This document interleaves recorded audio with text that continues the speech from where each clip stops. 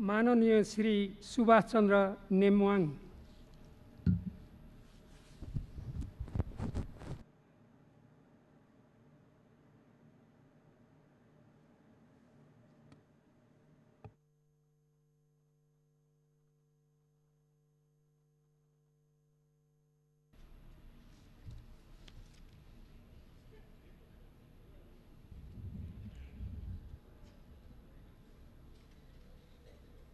सम्माननीय सभामुख महोदय, प्रतिनिधि सभाको 6औं अधिवेशन आजबाट सुरु भएको छ। हामी एउटा गम्भीर अवस्थामा कोरोना महामारीलाई, त्यसको चुनौतीलाई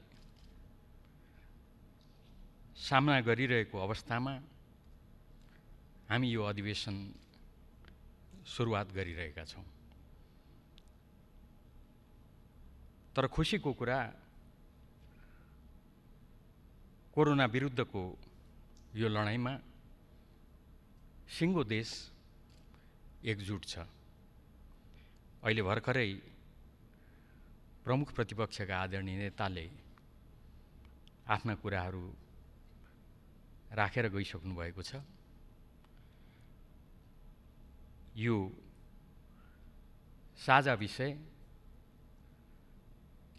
कोरोना विरुद्धको लडाईँमा सिङ्गो देश एक ढिक्का भएर जुट्नुपर्ने यो विषय, यसमा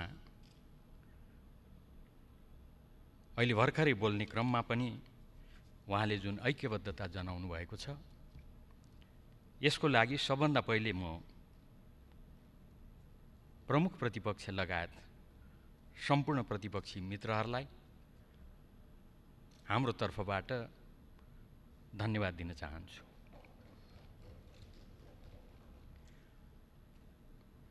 कोरोनाको पृष्ठभूमिमा जुन लकडाउन लगाइएको छ, त्यो बाध्यता हो, आवश्यकता हो। यसको विकल्प थिएन, त्यसैले लकडाउन लगाइएको छ। वास्तवमा स्थितिले प्रष्ट पारेको छ, समयमा लकडाउन लगाउनुको कारण सरकारले चाल्नुको परिणाम कोरोनालाई हामीले यो अवस्थामा योभन्दा अगाडि बढ्न दिएनौँ। धेरै हदसम्म लकडाउनलाई हामीले प्रभावकारी ढङ्गले सदुपयोग गर्यौँ र कोरोना जस्तो भयावह विश्वव्यापी रूपमा देखिएको छ, नेपालको सन्दर्भमा यसलाई हामीले विस्तारित हुन दिएनौँ। धेरै म यस बारेमा चर्चा गरेर राख्नुपर्छ भन्ने लाग्दैन। आजसम्म 101 जना सङ्क्रमित छन्, त्यसमध्येमा 30 जना निको भएर घर फर्किसकेका छन्। जति बिरामी छन् उहाँहरू सामान्य अवस्थाका बिरामी छन्। एकजनालाई पनि भेन्टिलेटरमा राख्नु परेको छैन, एकजना पनि आइसियुमा राख्नु परेको छैन। सामान्य अवस्थाका बिरामी छन् र सामान्य रूपमा उहाँहरूको उपचार भइरहेको छ। सबैका सबै चाँडै उहाँहरू निको हुनुहुन्छ भन्ने अवस्थामा हामी छौँ। वास्तवमा सिङ्गो विश्व अहिले कोरोनाको विरुद्धमा लडिरहेको बेलामा ठुला ठुला शक्तिहरू यसबाट आक्रान्त भइरहेको बेलामा हामीले जुन उपलब्धि हासिल गरेका छौँ, त्यो तुरुन्तै यसको विरुद्धमा प्रभावकारी ढङ्गले उत्रनुको परिणाम हो। सिङ्गो देश, सत्ता पक्ष, प्रतिपक्ष, नागरिक समाज सबै तराई मधेसदेखि हिमालसम्मका सबै जाति भाषा धर्म र संस्कृतिका जनता एक ढिक्का एकजुट भएर उत्रनुको परिणाम हो। त्यसैले यो 6औं अधिवेशन प्रारम्भ भइरहेको यो घडीमा म हाम्रो तर्फबाट, हाम्रो संसद दलको तर्फबाट म सरकारलाई धन्यवाद दिन्छु। अप्ठ्यारो अवस्थामा काम गरिरहेका स्वास्थ्यकर्मीहरूलाई, सुरक्षाकर्मीहरूलाई धन्यवाद दिन्छु। सञ्चारकर्मी लगायत सम्पूर्ण नागरिक समाजलाई धन्यवाद दिन्छु। अनि यो अप्ठ्यारो अवस्थामा निरन्तर आफआफ्नो क्षेत्रबाट कोरोनाको विरुद्धको लडाइँमा अग्रपङ्क्तिमा उभिएर काम गरिरहेका हाम्रा सांसदहरू, प्रदेशसभाका हाम्रा मित्रहरू, स्थानीय तहका हाम्रा जनप्रतिनिधि मित्रहरू सबैलाई हामी हाम्रो तर्फबाट हार्दिक धन्यवाद दिन चाहन्छौँ। वास्तवमा अहिलेको जुन यो बेला छ, अवस्था छ, जुन अवस्थामा यो 6औं अधिवेशन सम्पन्न हुन गइरहेको छ, विवादै छैन।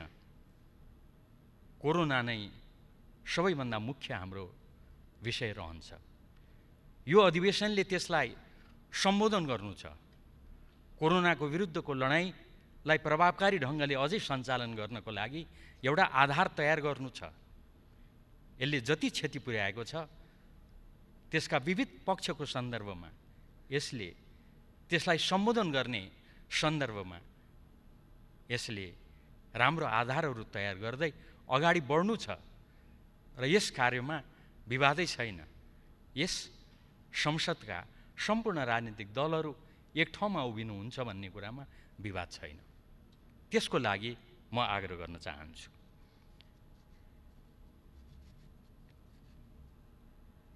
कोरोनाले धेरै नकारात्मक असर पारिसकेको छ, धेरै क्षति पुर्याएको छ।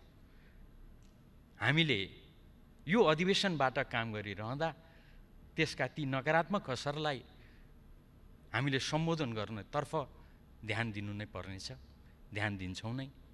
त्यसतर्फ हामी सबै लाग्ने नै छौँ।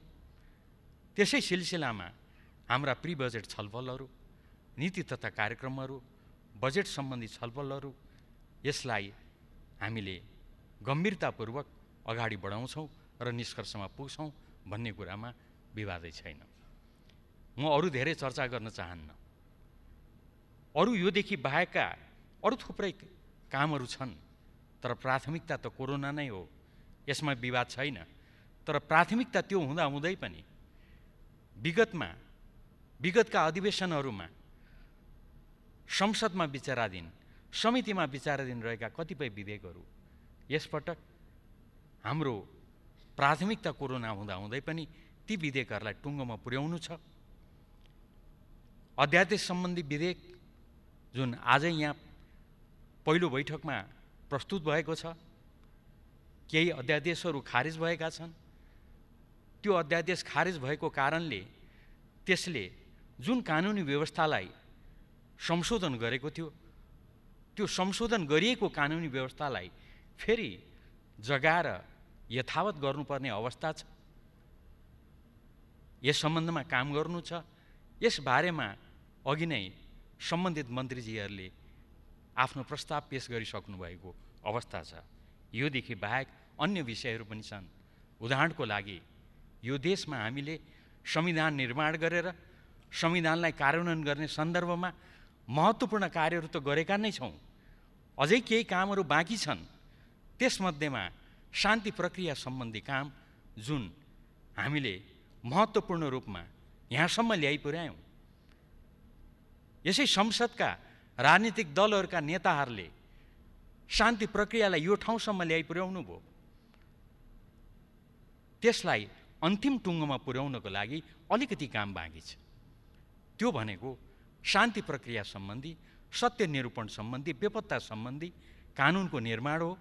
त्यो कानुन निर्माणको सन्दर्भमा, त्यो आवश्यक विधेयक तयार गर्ने सन्दर्भमा त्यो विधेयक सम्बन्धी आवश्यक कार्य अन्तिम टुङ्गोमा पुगेको छ।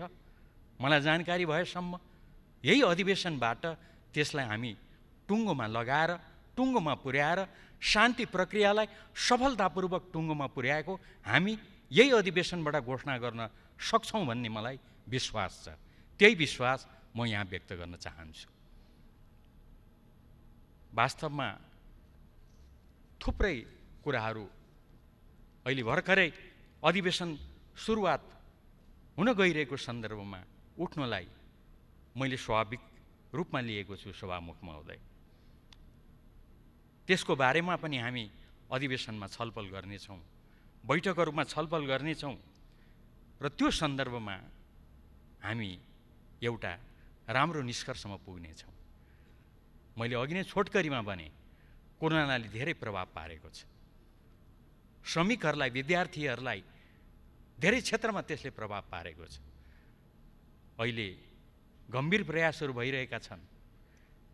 नेपाल बाहिर रहेका, विभिन्न देशमा रहेका हाम्रा नेपालीहरू जो यसबाट प्रभावित छन्, उनीहरूका समस्यालाई सम्बोधन गर्ने सन्दर्भमा प्रश्नहरू उठेका छन्। मलाई लाग्छ यस बारेमा हामी सबैको ध्यान गएको छ। सरकारले गम्भीरतापूर्वक आफ्नो ध्यान पुर्याएको छ र त्यसबारेमा यथोचित कार्यहरू भइरहेका छन्।